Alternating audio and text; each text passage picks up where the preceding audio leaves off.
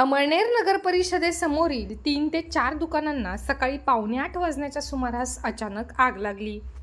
तातडीने जवळच असलेला अग्निशमन बंब मागवण्यात आला। दुकाने बंद होती आणि आतून आग लागल्याने आग विझवण्यासाठी अडचणी निर्माण होत होत्या। शॉर्ट सर्किटने आग लागली असावी असा अंदाज असून कटलरी, पाण्याचे जार, भांडे असे साहित्य जळून खाक झाले आहे। आग विझवण्यासाठी पालिकेचे जेसीबी मागवून दुकानांचे शटर तोडण्यात आले।